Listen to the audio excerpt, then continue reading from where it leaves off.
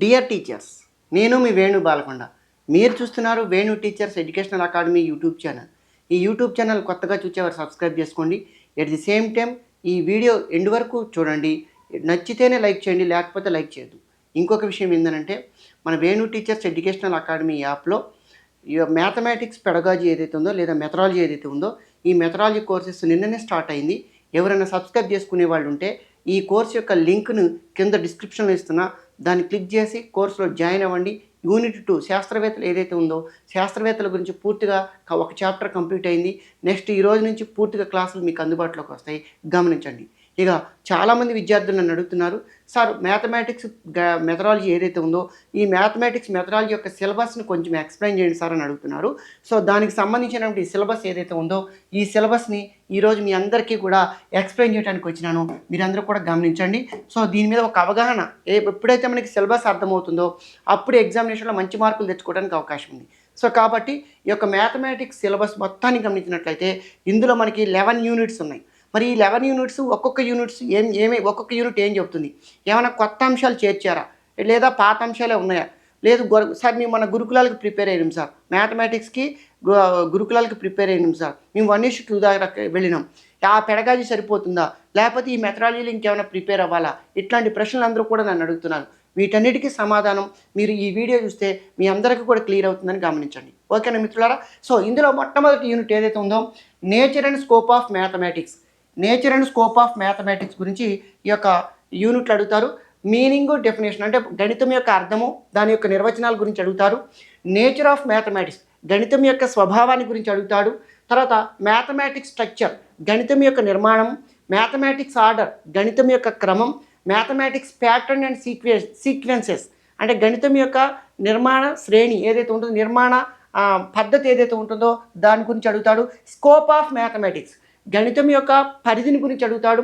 Uses of mathematics in daily life, నిత్య జీవితంలో గణితం యొక్క ఉపయోగాలు ఏంటి, నిత్య జీవితంలో గణితాన్ని ఎట్లా అన్వయిస్తాము. తర్వాత అదేవిధంగా correlation with other subjects and disciplines అంటే గణితము భౌతిక శాస్త్రానికి, గణితము రసాయన శాస్త్రానికి, గణితము జీవశాస్త్రానికి, గణితము మిగతా సబ్జెక్టులు ఏవైతే ఉంటాయో వాటన్నిటికీ, అంటే సోషల్ అంటే ఆర్థిక శాస్త్రము, భూగోళ శాస్త్రము, తర్వాత చరిత్ర మొదలైన వాటితో ఎటువంటి సహసంబంధాన్ని కలిగి ఉన్నది ఇత్యాది అంశాలన్నీ కూడా మనకి ఫస్ట్ యూనిట్లో ఇస్తాడు. ఒక రకంగా చెప్పాలంటే మీరు ఫస్ట్ యూనిట్లో మీరు కొంచెం కష్టపడి చదువుకునే యూనిట్ అయినప్పటికీ కూడా ఫస్ట్ యూనిట్లో నేను దీనికి సంబంధించి ఈ యొక్క మ్యాథమెటిక్స్ యొక్క అర్థము, స్వభావము, పరిధి, ఎట్ ది సేమ్ టైం దీని యొక్క నిర్వచనాలు ఏవైతే ఉంటాయో నిర్వచనాలు మీ అందరికీ బోధించడం ద్వారా గణితం మీ సింపుల్గా ఈ యొక్క మెథడాలజీలో ఫస్ట్ యూనిట్ను వినడం ద్వారా నేర్చుకునే విధానాన్ని మీ అందరికీ కూడా చెబుతాను, గమనించండి.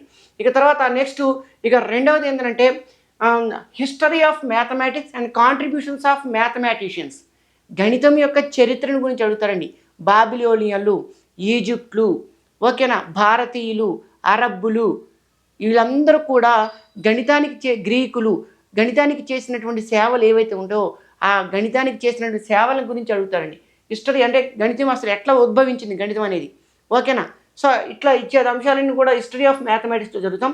తర్వాత కాంట్రిబ్యూషన్స్ ఆఫ్ మ్యాథమెటిషియన్స్ అంటే వివిధ గణిత శాస్త్రవేత్తలు గణితానికి చేసినటువంటి కృషి, లేదా గణితంలో వాళ్ళు ఏమైనా గ్రంథాలు రాశారా, లేకపోతే గణితంలో వాళ్ళ యొక్క వర్క్స్ ఏంటి ఇత్యాది అంశాల గురించి మనం ప్రధానంగా చర్చిస్తాం. అందులో ఈ కాంట్రిబ్యూటర్స్లో ముఖ్యంగా పైథాగరస్ గురించి, కాంట్రిబ్యూటర్స్లో ముఖ్యంగా మనము ఎవరి గురించి చూస్తామనంటే ఎక్కువగా పైథాగరస్, తర్వాత యూక్లిడ్, బౌధాయన, ఆర్యభట్ట, బ్రహ్మగుప్త, తర్వాత next Bhaskaracharya 2, Srinivas Ramanujan, PC Mahalanobis, Hypatia. So వీళ్ళందరూ ఎవరైతే ఉంటారో వీళ్ళందరి గురించి ఈ యొక్క కాంట్రిబ్యూటర్స్ ఎవరైతే ఉంటారో వాళ్ళందరి గురించి మనం కూడా ఈ సెకండ్ యూనిట్లో నేర్చుకుంటాం. దీన్ని గమనించండి. సో ఇది కొంచెం కష్టపడితే ఇది కూడా వస్తుంది, ఇది కూడా పెద్ద కష్టపడే పని లేదు, చదువుకుంటే వచ్చే యూనిట్.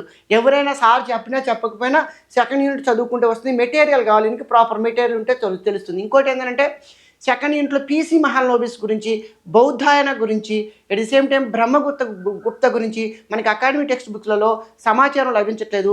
నేను మన యాప్లో దానికి సంబంధించిన సమాచారం క్లియర్ కట్గా ఇచ్చాను, మీరు అందరూ కూడా గమనించండి.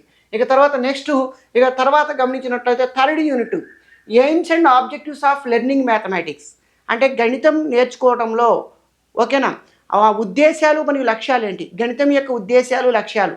సో ఈ యొక్క గణితం యొక్క ఉద్దేశాలు ఏంటి?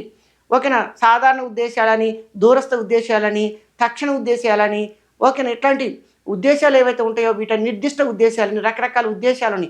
అసలు ఉద్దేశం అంటే ఏంటి? గణితం యొక్క ఉద్దేశాలు ఏం సూచిస్తాయి? గణితం యొక్క ఉద్దేశాల వల్ల ప్రయోజనాలు ఏంటి? వీటన్నిటి గురించి కూడా ఉద్దేశాలలో మనం చర్చిస్తాం. At the same time objectives of learning mathematics. మరి గణితం యొక్క లక్ష్యాలు ఏంటి? ఇక్కడ లక్ష్యాలు అంటే ఇక్కడ మనకి 2 రకాల లక్ష్యాలు వస్తాయి. ఒకటి విద్యా లక్ష్యాలు, 2 బోధనా లక్ష్యాలు. మరి విద్యా లక్ష్యాలను ఎవరు రూపొందిస్తారు? బోధనా లక్ష్యాలను ఎవరు రూపొందిస్తారు? విద్యా లక్ష్యాల వల్ల ఉపయోగాలేంటి? బోధనా లక్ష్యాల వల్ల ఉపయోగాలేంటి? విద్యా లక్ష్యాలను మనం ఈ యొక్క విద్యా ప్రణాళిక లేదా పాఠ్య ప్రణాళికలో ఏ విధంగా మనం కన్వర్ట్ చేసుకుంటాం? అదేవిధంగా బోధనా లక్ష్యాల్లో తరగతి గదిలో బోధన చేసేటప్పుడు ఆచరణాత్మకంగా బోధనా లక్ష్యాలు ఉపాధ్యాయుడికి ఎట్లా ఉపయోగపడతాయి? విద్యార్థులలో ప్రవర్తన మార్పులు తీసుకురావడానికి బోధనా లక్ష్యాలు ఎంత సహాయపడతాయి ఉపాధ్యాయుడికి? ఇవన్నీ కూడా ఈ యొక్క ఎయిమ్స్ అండ్ ఆబ్జెక్టివ్స్ ఆఫ్ మ్యాథమెటిక్స్లో నేర్చుకుంటాం. ఎట్ ది సేమ్ టైం ఇందులోనే మనం ఏం చేస్తామనంటే బ్లూమ్స్ విద్యా లక్ష్యాల వర్గీకరణ గురించి మాట్లాడతాం.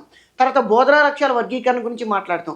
బ్లూమ్స్ విద్యా లక్ష్యాలను cognitive, affective and psychomotor domain, జ్ఞానాత్మక, భావావేశ, మానసిక, చలనాత్మక రంగాలుగా వర్గీకరించాడు.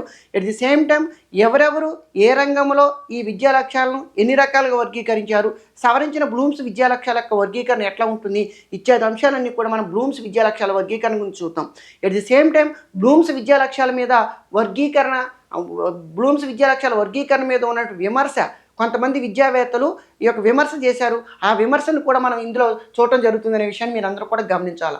ఎట్ ది సేమ్ టైం ఇక్కడ కొన్ని అంశాలు ఇచ్చారండి. ఏంటంటే ఇక్కడ AIIMS of learning mathematics relating mathematics education to nature, society, social environment and technology. అంటే ఇక్కడ చూడండి, ఇక్కడ మ్యాథమెటిక్స్ యొక్క ఎయిమ్స్ అనేవి గణితం యొక్క స్వభావాన్ని బట్టి, తర్వాత గణితాన్ని సొసైటీలో ఏ విధంగా ఉపయోగిస్తాం, అదేవిధంగా సామాజిక పరిసరాలు మరియు టెక్నాలజీతో మిళితం చేస్తూ మనం ఏం చేస్తాం అంటే మ్యాథమెటిక్స్ ఇంక్లూజన్ అన్నారు. అంటే గణితాన్ని ఏం చేస్తున్నాం సొసైటీతోని, తర్వాత ప్రకృతితోని, తర్వాత పరిసరాలతోని మనం ఇది చేస్తూ మనం ఈ యొక్క గణితం ఏదైతే ఉందో ఈ గణితాన్ని మనం ఎట్లా చేస్తున్నాం అనేది మనం ఈ గణితంలో మనం ప్రధానంగా చూస్తుంది. ఇది గమనించాలి. దీని గురించి కూడా మనం నేర్చుకుంటాం. ఇది కొంచెం డిఫరెంట్గా ఉంటుంది. మీరు రెగ్యులర్గా చూసేదానికంటే ఇప్పుడు మనం మాట్లాడేది ఏదైతే ఉందో అది కొంచెం డిఫరెంట్గా ఉంటుంది అని గమనించాలి. ఓకేనా? తర్వాత నెక్స్ట్ మనం అదేవిధంగా లెర్నింగ్ ఆబ్జెక్టివ్స్లో ముఖ్యంగా ఇన్స్ట్రక్షనల్ ఆబ్జెక్టివ్స్లో ఇవి cognitive, affective and psychomotor domain ఉన్నాయి. ఈ మరి ఎడ్యుకేషనల్ ఆబ్జెక్టివ్స్కి ఇన్స్ట్రక్షనల్ ఆబ్జెక్టివ్స్కి తేడా ఉంది. ఇన్స్ట్రక్షనల్ ఆబ్జెక్టివ్స్లో కూడా కాగ్నిటివ్, ఎఫెక్టివ్, సైకోమోటర్ డొమైన్స్ ఉంటాయి. కానీ ఎడ్యుకేషనల్ ఆబ్జెక్టివ్స్లో కూడా కాగ్నిటివ్, ఎఫెక్టివ్, సైకోమోటర్ డొమైన్ ఉంటాయి. ఎడ్యుకేషనల్ ఆబ్జెక్టివ్స్ని ఏం చేస్తారంటే విద్యావేత్తలు, విద్యా నిపుణులు వర్గీకరిస్తే ఈ ఇన్స్ట్రక్షనల్ ఆబ్జెక్టివ్స్ ఏవైతే ఉంటాయో వీటిని ఉపాధ్యాయుడు రూపొందిస్తాడు. ఇవి తరగతి గదులు ఆచరణాత్మకంగా ఉంటాయి. ఇన్స్ట్రక్షనల్ ఆబ్జెక్టివ్స్ అంటే బోధనా లక్ష్యాలు ఏవైతే ఉంటాయో వీటికి అనుబంధంగా స్పష్టీకరణలు ఏవైతే ఉంటాయో స్పష్టీకరణల గురించి మనం ప్రధానంగా చూస్తామని గమనించాలి. ఇది ప్రధానంగా మనం సెకండ్ యూనిట్ ఏదైతే ఉందో సెకండ్ యూనిట్ గురించి మనం థర్డ్ యూనిట్ గురించి మనం చూద్దాం. ఇక ఫోర్త్ యూనిట్ దేని గురించి మాట్లాడుతుందంటే గణితం యొక్క ఉపాధ్యాయుని గురించి మాట్లాడుతుంది. అంటే గణిత ఉపాధ్యాయుని యొక్క లక్షణాలు ఎట్లా ఉంటాయి, తర్వాత గణిత ఉపాధ్యాయుని యొక్క పాత్ర ఏంటి, తర్వాత professional development of the mathematics teacher. అంటే గణిత ఉపాధ్యాయుడు తన యొక్క వృత్తిపరమైన అభివృద్ధిని ఎట్లా చేసుకుంటాడు అంటే ఏమైనా సెమినార్స్లో కానీ, కాన్ఫరెన్సెస్లో కానీ, జర్నల్స్ రాయడం కానీ, ఆర్టికల్స్ రాయడం కానీ ఇవన్నీ కూడా గణితానికి సంబంధించినవి. తర్వాత అవి ఇచ్చేది కాన్ఫరెన్స్లు, సెమినార్లు, వర్క్షాప్లు వీటన్నిటిలో పాల్గొనడం ద్వారా ఉపాధ్యాయుడు తన వృత్తిపరమైన అభివృద్ధిని ఎట్లా పెంపొందించుకుంటాడు అనేది ఇక్కడ మనం ఫోర్త్ యూనిట్ ఏదైతే ఉందో ఫోర్త్ యూనిట్లో మనం ప్రధానంగా చూస్తామని గమనించాలి. ఇక తర్వాత next how children learn mathematics. This is very very important అండి. హౌ చిల్డ్రన్ లెర్న్ మ్యాథమెటిక్స్ అనే అంశం ఏదైతే ఉందో ఈ హౌ చిల్డ్రన్ లెర్న్ మ్యాథమెటిక్స్ గణితాన్ని విద్యార్థులు ఎలా నేర్చుకుంటారు అనే అంశాన్ని మనం ప్రధానంగా చూసినట్లయితే ఇందులో ముఖ్యంగా గణిత శాస్త్రాన్ని నేర్చుకోవడంలో పిల్లలు మానసికంగా కొన్ని ఇబ్బందులు ఎదుర్కొంటారు. ఆ మానసికమైన ఇబ్బందులను మనం ప్రధానంగా చర్చిస్తాం ఈ యూనిట్లో. ఎట్ ది సేమ్ టైం మన మ్యాథమెటిక్స్ ఏదైతే ఉందో మన మ్యాథమెటిక్స్ కరికులం ఏదైతే ఉందో ఈ మ్యాథమెటిక్స్ కరికులం మొత్తం కూడా కన్స్ట్రక్టివిస్ట్ అప్రోచ్ మీద ఆధారపడి నిర్మించబడింది. గమనించాలి. ఇప్పుడు పరిశోధనలు మొత్తం దేని మీద జరుగుతాయంటే కన్స్ట్రక్టివిస్ట్ అప్రోచ్ మీద. Even though 2020 national curriculum 2020 new education policy ఏదైతే ఉందో గణితాన్ని గురించి చర్చించింది అంటే కన్స్ట్రక్టివిస్ట్ అప్రోచ్ గురించి ఖచ్చితంగా మాట్లాడుతుంది. ఓకేనా? సో ఈ కన్స్ట్రక్టివిస్ట్ అప్రోచ్లో ప్రధానమైన వ్యక్తులు ఎవరు? జీన్ పియాజే, వైగాట్స్కి, జేఎస్ బ్రూనర్, ఓకేనా. వీళ్ళు ఎవరైతే ఉన్నారో వీళ్ళందరూ కూడా చాలా సేవలు చేశారు గణితానికి సంబంధించి. వీళ్ళ యొక్క సేవలు ఏవైతే ఉంటాయో వీటన్నిటిని కూడా మనం 4th యూనిట్లో, అంటే పిల్లలు ఎట్లా నేర్చుకుంటారు, తర్వాత జీన్ పియాజే, బ్రూనర్, వైగాట్స్కి, అస్బెల్ వీళ్ళ యొక్క థియరీస్ ఏమి ఉన్నాయి, ఈ థియరీస్ వీళ్ళు పిల్లలు గణితాన్ని నేర్చుకోవడం ఎట్లా అప్లై చేస్తున్నాం, తర్వాత క్లాస్ రూమ్ ఇంప్లికేషన్స్ ఎట్లా ఉంటాయి అనే అంశాలన్నింటినీ కూడా మనం వీళ్ళ యొక్క థియరీస్ ద్వారా మనం నేర్చుకుంటామని గమనించాలి. ఎట్ ది సేమ్ టైం ఈ యొక్క ఇండివిజువల్ డిఫరెన్సెస్ ఉంటాయండి. మ్యాథమెటిక్స్ అంటేనే ఇండివిజువల్ డిఫరెన్సెస్ ఎక్కువగా ఉంటాయి. ఒక విద్యార్థి వేగంగా, అంటే మ్యాథమెటిక్స్ అంటే అక్యురసీ అండ్ స్పీడ్, కొంతమంది పిల్లలు మానసికంగానే క్యాలిక్యులేట్ చేసి అక్యురసీ అండ్ స్పీడ్తోనే తరగతి గదులు వెంటనే రెస్పాండ్ అవుతారు. కొంతమంది పిల్లలకి ఎంత చెప్పినా కానీ మ్యాథమెటిక్స్ అనేది అర్థం కాదు. అప్పుడు వాళ్ళకి ఏం కావాలి, ఇండివిజువలైజ్డ్ ఇన్స్ట్రక్షన్ కావాలి. అంటే వాళ్ళకి బేసిక్స్ ఏవైతే ఉంటాయో బేసిక్స్ రావు. సో ఇటువంటి వ్యక్తిగత భేదాలు, వైయక్తిక భేదాలు ఏవైతే ఉంటాయో గణితాన్ని బోధించే ఉపాధ్యాయుడు వాటన్నిటిని తెలుసుకొని ఆ విద్యార్థికి అనుగుణంగా ఆ విద్యార్థి డెవలప్ అయ్యే విధంగా ఈ యొక్క వ్యక్తిగత వ్యత్యాసాలు గుర్తించి వారి యొక్క అవసరాలను, వారి యొక్క అభ్యసనను మెరుగుపరచడానికి ఉపాధ్యాయుడు ఏం చేస్తాడో అవన్నీ కూడా ఈ యూనిట్లో మనం ప్రధానంగా చూస్తామని గమనించాలో. ఇది పిల్లలు how children learn mathematics. Pamela Liebeck అనే ఒక ఆమె 1986లో ఒక మంచి బుక్ రాసిందండి. హౌ చిల్డ్రన్ లెర్న్ మ్యాథమెటిక్స్ అనే ఒక బుక్ రాసింది. ఇప్పుడు మనం మ్యాథమెటిక్స్ మెథడాలజీస్ అన్నీ చూస్తున్నాం. ఏ మెథడాలజీ అని ఇప్పుడు వచ్చే అటన్నిటికీ మూలం ఏంటంటే ఆమె రచించినటువంటి హౌ చిల్డ్రన్ లెర్న్ మ్యాథమెటిక్స్. అదే బుక్ని తీసుకొచ్చి డైరెక్ట్గా ఒక యూనిట్గా పెట్టారు. గమనించండి, అంటే చిన్న యూనిట్ ఇది. మీరు వాళ్ళ థియరీస్ ఏవైతే ఉంటాయో ఆ థియరీస్ మొత్తాన్ని అప్లై చేస్తూ తరగతి గదిలో వాటిని కనుక మనం అప్లై చేస్తే పిల్లలు మంచిగా సమర్థవంతంగా నేర్చుకోవడానికి ఉపయోగపడుతుంది కన్స్ట్రక్టివిస్ట్ అప్రోచ్ ద్వారా అని మీరు అందరూ కూడా గమనించాలి మిత్రులారా. తర్వాత నెక్స్ట్ పారాడైమ్ షిఫ్ట్ అంటారు, గణితంలో బోధనాపరమైన మార్పు. ఇది కొత్త యూనిట్ అండి, గమనించాలి మిత్రులారా, కొత్తగా పెట్టినటువంటి unit. What is the paradigm shift?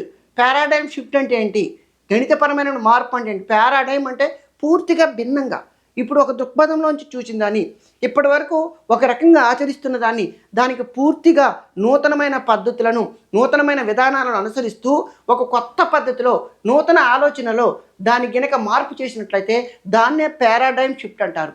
మరి గణితంలో పారాడైమ్ షిఫ్ట్ అంటే ఏంటి అంటే గణిత బోధనను కానీ అభ్యసనను కానీ పారాడైమ్ షిఫ్ట్ అంటారు. What is the paradigm shift అని అంటే ఇక్కడ మీరు గమనించండి, ఇప్పటిదాకా మనము ఉపాధ్యాయ కేంద్రీకృతంగా బోధన జరిపినాం. ఇప్పటిదాకా గణితం అంటే ఉపాధ్యాయుడు చాక్ అండ్ టాక్ మెథడ్ లాగా చెప్పాడు. అంటే తరగతి గదిలోకి ఉపాధ్యాయుడు వస్తాడు, గణిత ఉపాధ్యాయుడు బ్లాక్ బోర్డు మీద లేదా వైట్ బోర్డు మీద రాస్తాడు, పిల్లలకు బోధిస్తాడు. కానీ ఈ యొక్క కన్స్ట్రక్టివిస్ట్ అప్రోచ్ నేపథ్యంలో, ఈ పారాడైమ్ షిఫ్ట్ నేపథ్యంలో ఉపాధ్యాయుడు ఏం చేస్తారంటే ఉపాధ్యాయ కేంద్రీకృత విధానం మారి విద్యార్థి కేంద్రీకృతంగా అభ్యసనం అనేది మారింది. ఆ అభ్యసనాన్ని గురించి చర్చించేటటువంటి యూనిటే ఈ యొక్క 6th యూనిట్ అని గమనించాలా. గణితంలో బోధనాపరమైన మార్పు అని మనం ప్రధానంగా చెప్తాం. గణిత శాస్త్ర విజ్ఞానాన్ని నిర్మించే ప్రక్రియ అంటే మ్యాథమెటికల్ నాలెడ్జ్ ఉందండి. How mathematics knowledge build up, how mathematics knowledge construct, అంటే మ్యాథమెటిక్స్ నాలెడ్జ్ అనేది ఏ విధంగా నిర్మించబడుతుంది, ఆ process, what is the process in the construction of mathematics knowledge. అంటే గణిత జ్ఞానాన్ని నిర్మించేటప్పుడు ఆ యొక్క ప్రక్రియ ఏ విధంగా ఉంటుంది, ఆ ప్రక్రియ గురించి, ఆ విధానాన్ని గురించి మనం ఈ యొక్క 6th యూనిట్ ఏదైతే ఉందో ఈ 6th యూనిట్లో చూస్తాం. At the same time mathematics knowledge construction nature, అంటే గణిత జ్ఞానాన్ని నిర్మించే స్వభావము, నిర్మించే ప్రక్రియ యొక్క స్వభావాన్ని గురించి, వాటి యొక్క విధానాల గురించి మనం చర్చిస్తాం.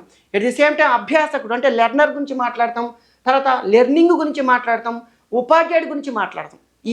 ఇందులో అభ్యాసకుడు ఎట్లా ఉంటాడు, మ్యాథమెటిక్స్ని నేర్చుకునేటప్పుడు అభ్యాసకుని యొక్క పాత్ర ఏంటి, అభ్యసనం ఎట్లా జరుగుతుంది, తర్వాత ఉపాధ్యాయుని యొక్క పాత్ర ఏంటి అనేది మనం ఈ యూనిట్లో మనం ప్రధానంగా చర్చిస్తాం. ఎట్ ది సేమ్ టైం మూల్యాంకనము, బోధనాభ్యాసన అనుభవాల ప్రణాళిక.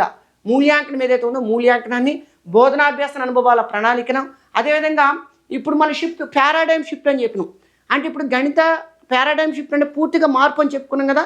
అంటే టీచర్ సెంట్రిక్ నుంచి లెర్నర్ సెంట్రిక్ మారి, అది కూడా లెర్నర్ సెంట్రిక్ని కూడా కన్స్ట్రక్టివిస్ట్ అప్రోచ్, నిర్మాణాత్మక దృక్పథంతో చూస్తున్నాం.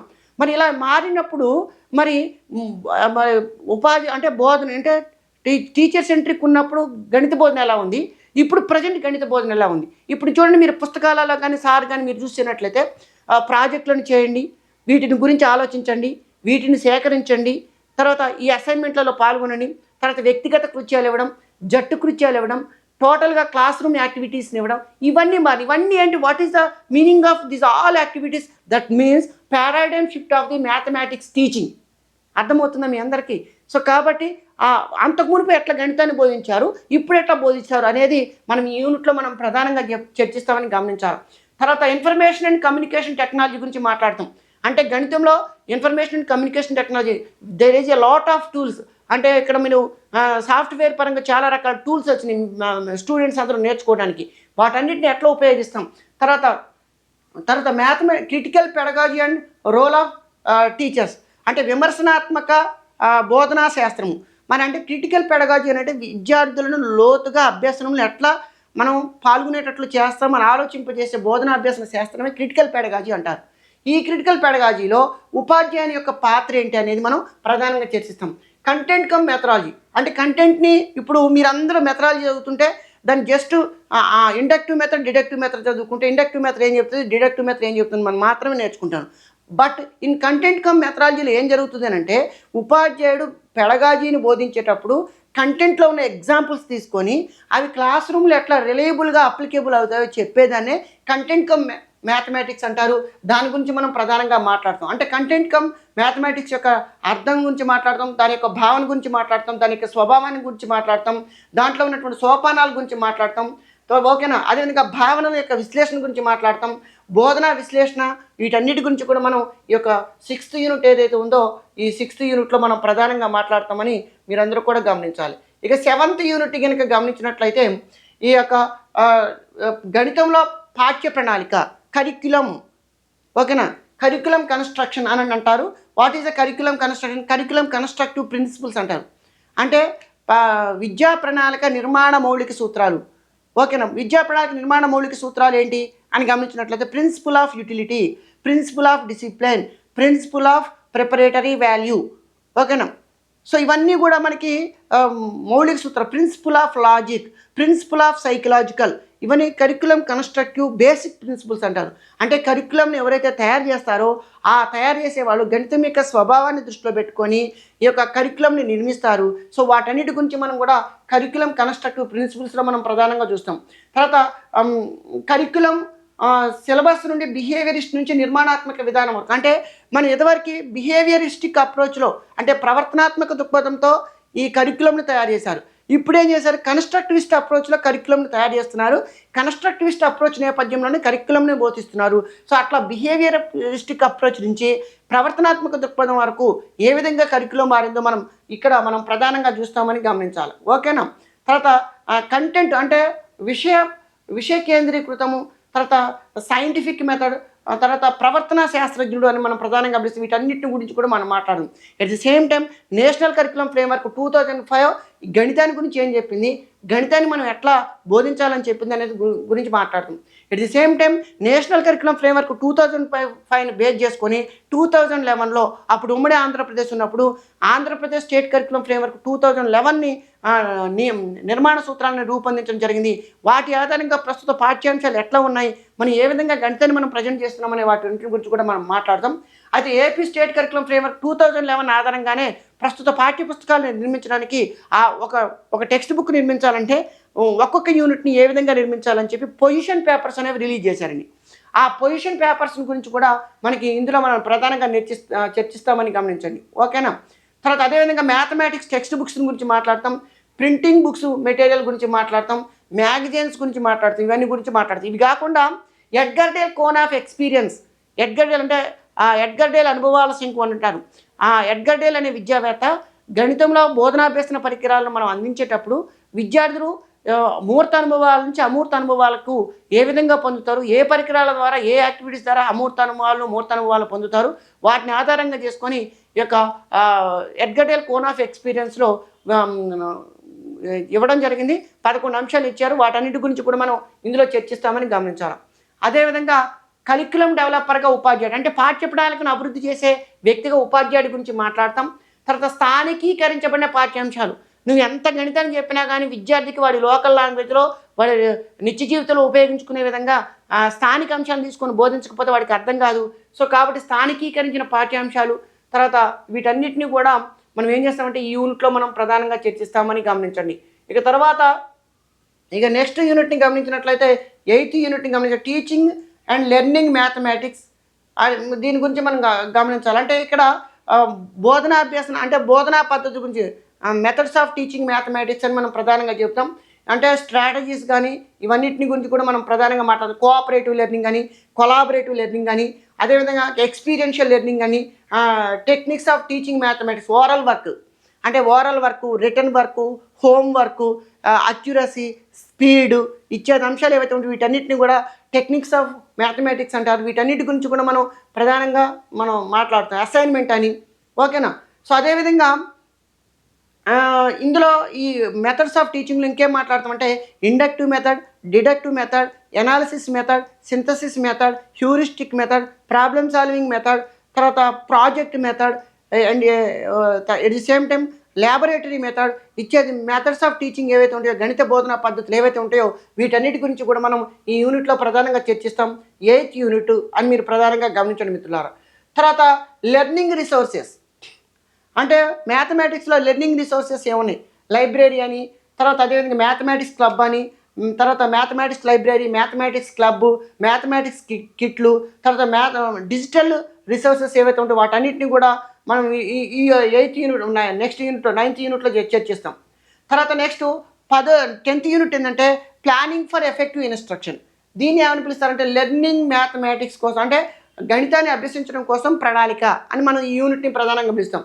మరి ఏంటి ఇది గమనించినట్లయితే ఇక్కడ యూనిట్ ప్లాన్ అంటే year plan or annual plan, unit plan, తర్వాత పీరియడ్ ప్లాన్, ఈ ప్లాన్స్ ఏవైతే ఉంటాయి ఈ ప్లాన్స్ గురించి మనం ప్రధానంగా చర్చిస్తాం. ఎట్ ది సేమ్ టైం గణితాన్ని నేర్చుకోవడంలో ఐసీటీ అప్లికేషన్స్ ఏవైతే ఉంటాయో వీటన్నిటిని గురించి కూడా మనం మాట్లాడుతాం. ఎట్ ది సేమ్ టైం మనం కొన్ని పాఠ్య పథకంలో నమూనాలు ఉన్నాయండి. ఏంటి, హెర్బార్షియన్ నమూనా అని, మోరిసన్ నమూనా అని, బ్లూమ్స్ అప్రోచ్ అని, ఆర్సీఈఎం అప్రోచ్ అని, ఇట్లాంటి పాఠ్యపథకంలో నమూనాలు ఏవైతే ఉంటాయో వీటన్నిటిని గురించి కూడా మనం నేర్చుకుంటాం.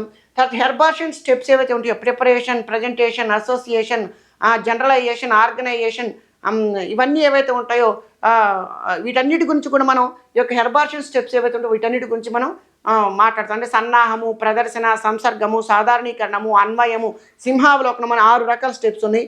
ఇవి ఎస్సీఆర్టీ మోడల్లో మనం ఎట్లా చూస్తాం ఈ లెసన్ హెర్బార్షియన్ స్టెప్స్ని, వీటన్నిటిని కూడా మనం ప్రధానంగా చూస్తాం. దీన్ని గమనించాలి. ఇది 10th యూనిట్. ఇక ఫైనల్గా 11th యూనిట్ని గమనించినట్లయితే ఇది 11th యూనిట్ అనేది ఎవాల్యుయేషన్కి సంబంధించినటువంటి unit. Tools and techniques of evaluation. What is evaluation, what is assessment, what is measurement, what is test, what is examination, different tools and techniques of the evaluation. At the same time continuous comprehensive evaluation ఏంటి, ఇచ్చేది అంశాలన్నీ ఏవైతే ఉంటాయో వీటన్నిటిని కూడా మనం 11th యూనిట్లో చూస్తాం. ఈ 11th యూనిట్ నుంచి మీకు ఎక్కువ బిట్స్ పట్టడానికి అవకాశం ఉంది. ఇన్ డీటెయిల్గా నేను ఒక్కొక్క యూనిట్ని మీకు టీచ్ చేసేటప్పుడు వీటన్నిటి గురించి కూడా మాట్లాడతాను. ఐ థింక్ నేను ఇప్పుడు మాట్లాడింది సిలబస్ మొత్తం ఏదైతే ఉందో మీ అందరికీ నేను అర్థమైందని అనుకుంటున్నాం. ఇన్ డీటెయిల్గా ఒక్కొక్క యూనిట్ గురించి నేను మాట్లాడేటప్పుడు ఫస్ట్ ఆ యూనిట్లో ఉన్న ప్రతి పదాన్ని తీసుకొని మీ అందరికీ అర్థమయ్యే విధంగా నేను మీకు సిలబస్ మొత్తాన్ని మీకు అందిస్తా. ఈ వీడియోని చూసిన మిత్రులందరికీ కూడా థ్యాంక్ యూ. ఇది మీకు నచ్చితే లైక్ చేయండి. తర్వాత గణితం, మ్యాథమెటిక్స్, ఎస్ఏకి ప్రిపేర్ అభ్యర్థులందరికీ కూడా ఈ వీడియోని షేర్ చేస్తారని అనుకుంటున్నాను. Thank you అన్నడా.